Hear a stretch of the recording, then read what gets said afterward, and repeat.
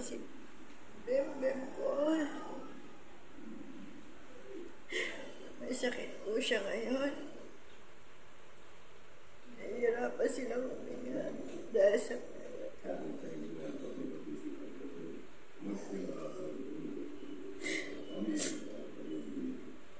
pagkento na ako sa kanila. Ay, hindi ako na makapagpagawain. Wala akong isyo, sugal, alak, kahit ano. Hindi ako mag-alala sa kanila.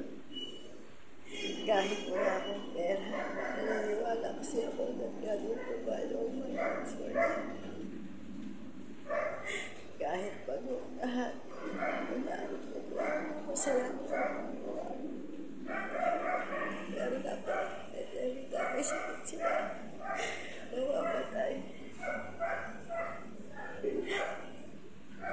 Kanina sa tuwang kausap ko. Kaya si Bebe, di ba po gagawin? Nauna na ako umiyak bago nila ako iwanan.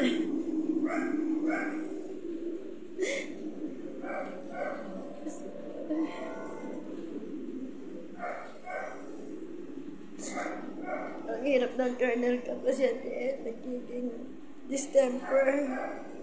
Doon sila namamatay sa distemper.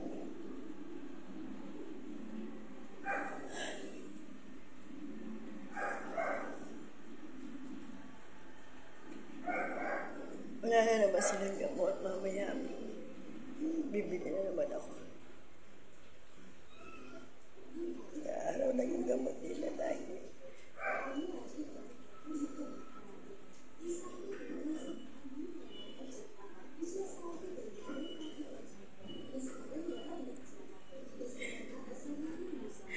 Bembem. Bembem. Laban ka lang, anak. Laban. Babay ka na sa kanila.